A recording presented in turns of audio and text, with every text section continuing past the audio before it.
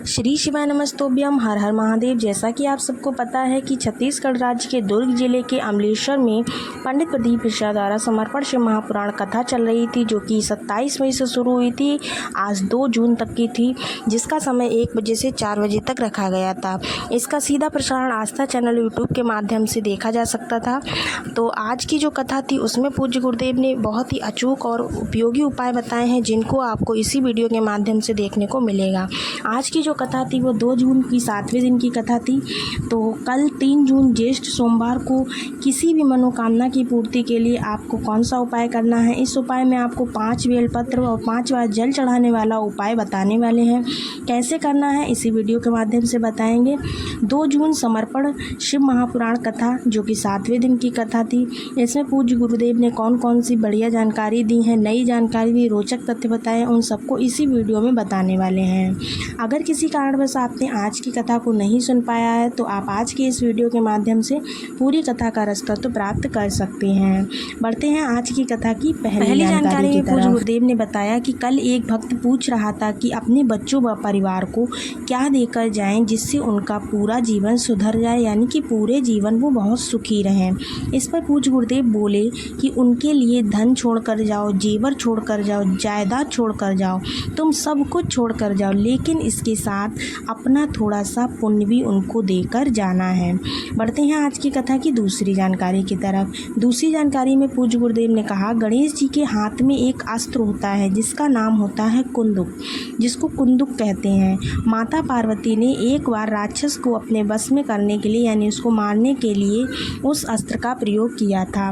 जब उन्होंने उस अस्त्र से उस राक्षस का वध किया तो वो अस्त्र छूट कर महादेव के चरणों में गिर गया जाकर। जब महादेव के चरणों में गिर गया तो महादेव ने प्रसन्न होते हुए कहा कि ये मेरे चरणों में गिरा है, इसलिए आज से इसका एक नाम मेरा एक नाम इसी के नाम पर पड़ेगा, जो कि कुंदकेश्वर नाम होगा। क्या नाम होगा? कुंदकेश्वर। तो महादेव को इसीलिए कुंदकेश्वर महादेव कहा जाता है। फिर महादेव बोले, हे पार्वती सुनो, अगर मनुष्य किसी भयंकर बीमारी से ग्रसित हो जाए और मेरे इस नाम को लेकर अगर वह औषधि खाएगा या फिर जल पिएगा तो उसकी इस बीमारी को हम बिल्कुल ठीक कर देंगे, यानी कि मेरे इस नाम के लेने मात्र से उस व्यक्ति की बीमारी ठीक हो जाएगी। बढ़ते हैं आज की कथा की तीसरी जानकारी की तरफ। त्रिवेणी वर्मा रायपुर से पत्र लेकर आई हैं। आज से 5 वर्ष पहले मेरे सीने में गांठ हो गई थी, जिसको मैंने डॉक्टर को दिखाया तो उन्होंने ऑपरेशन बताया। मैंने ऑपरेशन करवाया, उसके बाद फिर से वो गांठ दोबारा से हो गई, तो मैंने दोबारा ऑपरेशन कराया, लेकिन कोई फ़ायदा नहीं हुआ।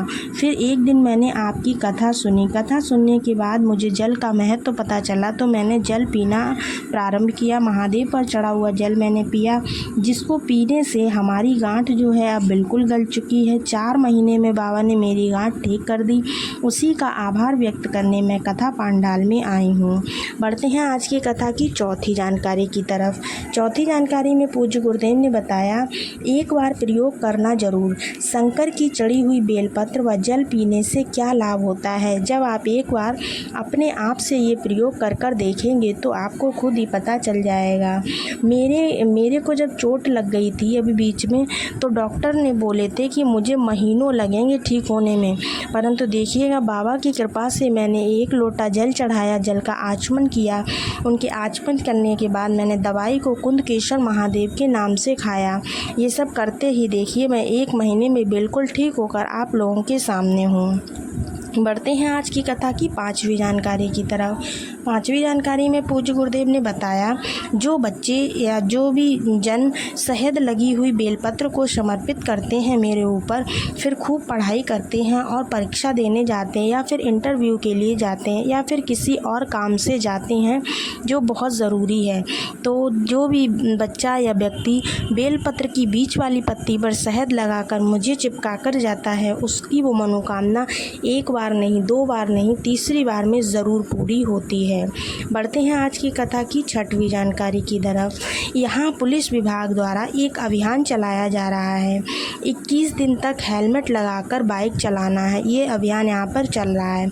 ऐसा आप इसलिए कर रहे हैं कि 21 दिन तक अगर कोई भी आदत को अपनाया जाए तो वह हमारी आदत में आ जाता है।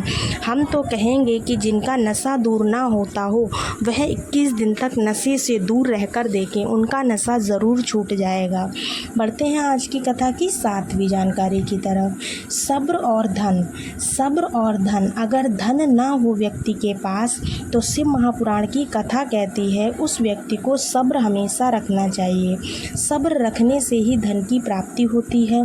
कोई जल्दी बनता है, कोई देर में बनता है, कोई जल्दी बनता है तो कोई देर में बनता है, पर महादेव पर जल चढ़ाने वाला एक दिन सेठ जरूर बनता है। बढ़ते हैं आज की कथा की 8वीं जानकारी की तरफ। कल 3 जून ज्येष्ठ सोमवार मनोकामना पूर्ति उपाय जो कि पूज्य गुरुदेव ने आज की कथा में बताया है, ये उपाय आपको कल के दिन ही करना है। इसमें आपको 5 बेलपत्र लेनी है और 1 कलश जल लेना है। इतना सामान लेकर आपको पहुंच जाना है महादेव के मंदिर में। महादेव के मंदिर में पहुंचने के बाद आपको 1 बेलपत्र गणेश जी के स्थान पर चढ़ानी है। गणेश जी के स्थान पर चढ़ाते समय आपको ध्यान रखना है डंडी वाला जो भाग है वो जलाधारी की ओर रहना चाहिए और उसके बाद आपको थोड़ा सा जल समर्पित कर देना है। इसी तरह से दूसरी बेलपत्र आपको कार्तिकेय भगवान के स्थान पर चढ़ानी है। उसके बाद जड़ाने के बाद आपको उनकी भी डंडी का भाग जो है जलाधारी की तरफ रखना है और थोड़ा सा जल चढ़ा देना है। इसी प्रकार से तीसरी वाली जो बेलपत्र है वो आपको माता अशोक सुंदरी वाले स्थान पर जो मोटी लाइन होती है उस लाइन पर समर्पित करना है। उसका भी भाग डंडी वाला जलाधारी की तरफ रखेंगे और थोड़ा सा जल चढ़ा देंगे। इसी प्रकार से चौथी बेलपत्र आपको माता पार्वती के हस्त कमल यानी कि कटी भाग वाले स्थान पर रखनी है। फिर वहाँ पर आपको जल समर्पित करना है। ठीक इसी प्रकार से जो 5वीं और अंतिम बेलपत्र है उसको उठाकर आपको महादेव के ऊपर समर्पित करना है। डंडी वाला भाग जलाधारी की तरफ रहना चाहिए। यहाँ पर आपको जल को बहुत धीरे धीरे छोड़ना है, अपने मन की मनोकामना बोलते हुए, अपनी इच्छा बोलते हुए, जो भी इच्छा आपकी हो उसको बोलते हुए धीरे धीरे जल को समर्पित कर देना है। श्री शिवाय नमस्तुभ्यम, हर हर महादेव बोलते हुए। तो उम्मीद है दोस्तों आज के वीडियो से आपको आनंद की प्राप्ति हुई होगी। तो वीडियो को लाइक कीजिए, चैनल को सब्सक्राइब कीजिए और शेयर ज़रूर कीजिए और कमेंट्स बॉक्स में हर हर महादेव लिखना ना भूलें। मिलते हैं अगले वीडियो में, तब तक के लिए श्री शिवाय नमस्तुभ्यम, हर हर महादेव।